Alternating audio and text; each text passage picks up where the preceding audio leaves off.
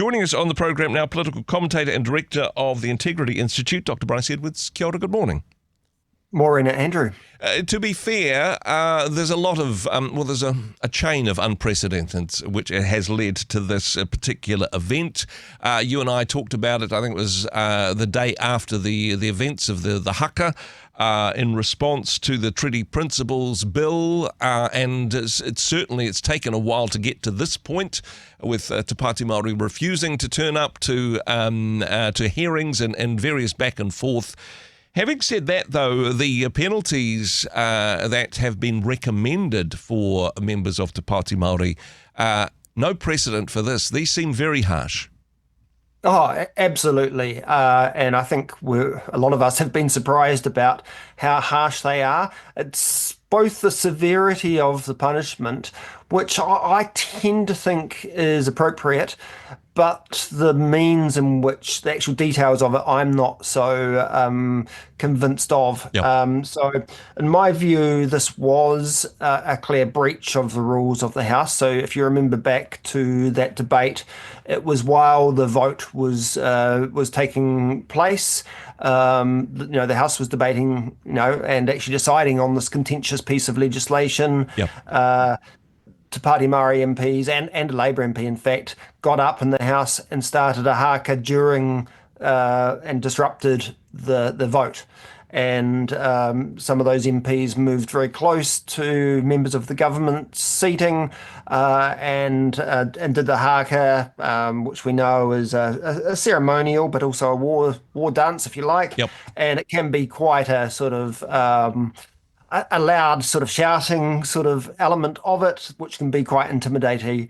You're not allowed to do this in the House. There is a place there is room for the haka to be performed in Parliament, but there's certain rules about it. You certainly aren't allowed to go up into the faces of your opponents and physically intimidate them, which the argument is what happened here. So I've got no doubt that the Privileges Committee, which is a group of MPs from all the parties in Parliament, it's dominated, of course, in this case, by the government, because Yep. they have more MPs.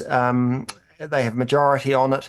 It's a bit of a court of the Parliament for any wrongdoing. And so, they came up with their idea of giving the two co-leaders of the Maori Party, Te Pāti Māori, a 21-day suspension from Parliament, and the more junior Te Pāti Māori MP just 7 days.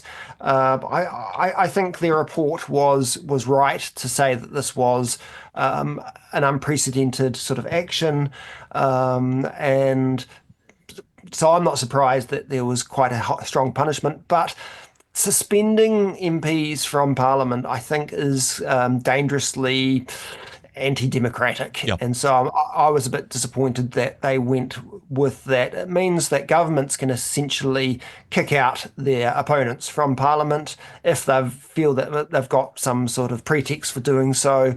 And and maybe it was strong, the problem was strong enough, but I just think it leads us down a very dangerous pathway. I mean, getting kicked out of Parliament happens all the time. In fact, I think Winston Peters was kicked out during the debate about whether the penalties were too harsh, but then let back in again very quickly. This is altogether different in that suspended from Parliament, and also suspended without pay from Parliament. There's a financial aspect to it. Yeah. But I suppose the suspension of democracy is the main point here, surely. Yeah. Look, I don't have a big problem with the suspension of pay.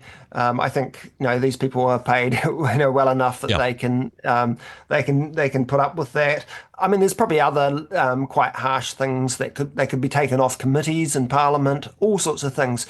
But to take them away from being able to vote, I just think is draconian. Yep. It's kind of what tin pot dictatorship governments do. They just get rid of their opposition from key votes, when they want to. And I'm not saying that's what the government are doing, but I'm saying that I think it's a bad path to go down.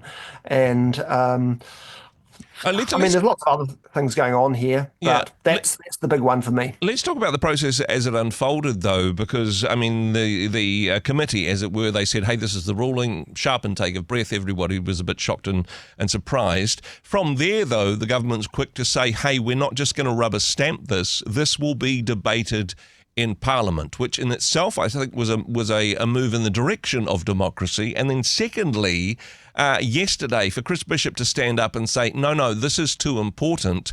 We've got the budget coming up this week. It would be inappropriate for an opposition party to not be allowed to be represented in Parliament during the presentation of the budget.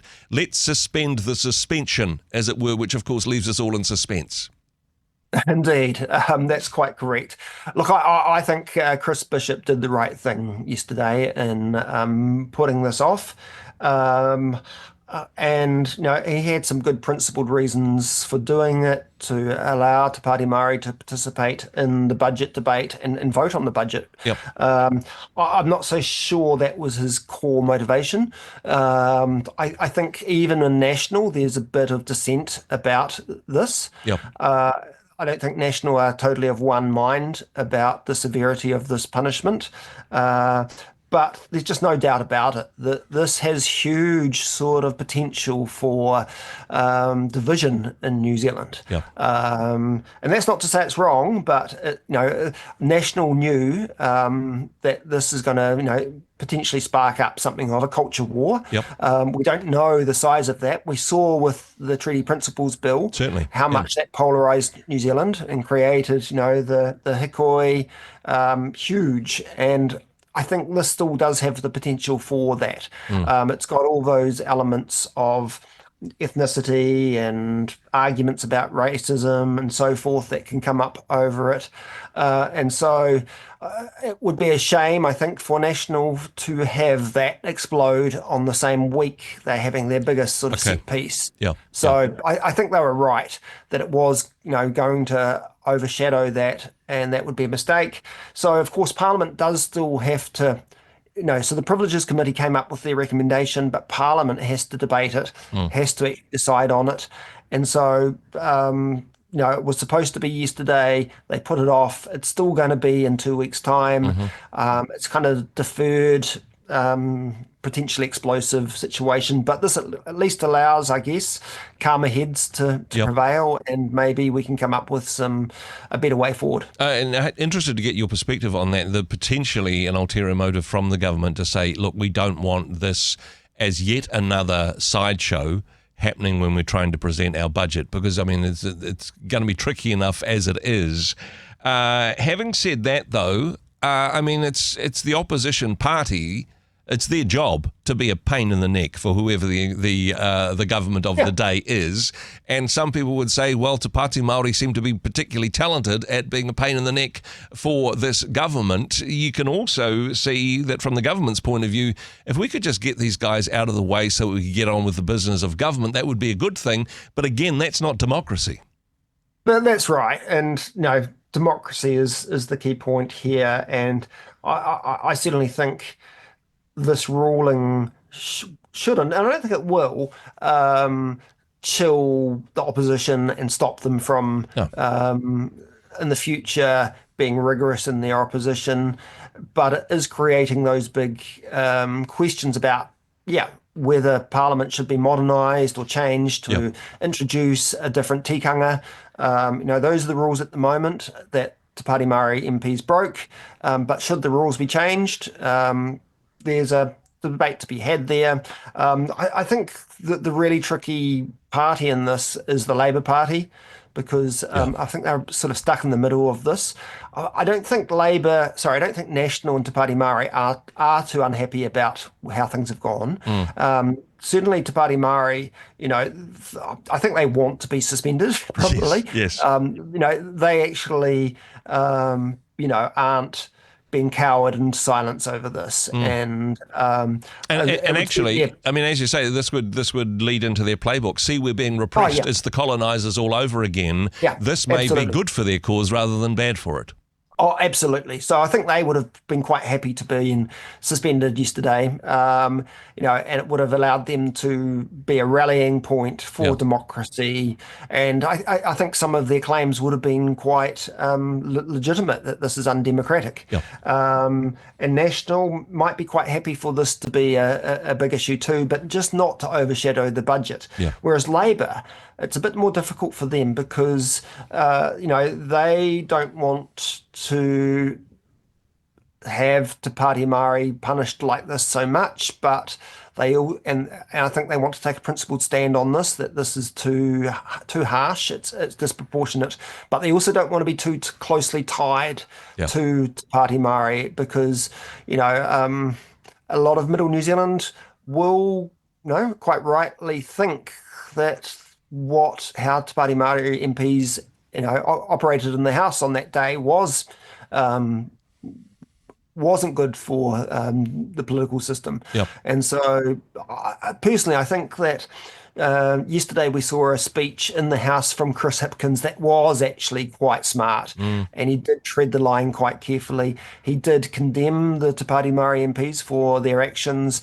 but he also condemned National for being disproportionate in the response, and advocated against going down that track of suspending people for 21 days from being able to vote. Yeah, and very much needing to sit on the fence in that regard, which is the last thing you want to be as leader of the opposition on the eve of a budget, which is going to be a controversial one. And hey, we'll also wait and see how that all plays out. But Bryce, really appreciate your perspective on this. Thanks for joining us. No trouble. Thanks, Andrew. Hey, thanks very much for joining us in the Rhema studio. Thanks very much for watching the interview. It's kind of nice to have an audience, actually. And if you did like what you watched, then do give us a like, do give us the thumbs up. And if you'd like to see more interviews like that one, or perhaps even better, subscribe and those interviews will come straight to you. Don't forget to turn on your notifications, and we'll see you in the next one. Cheers.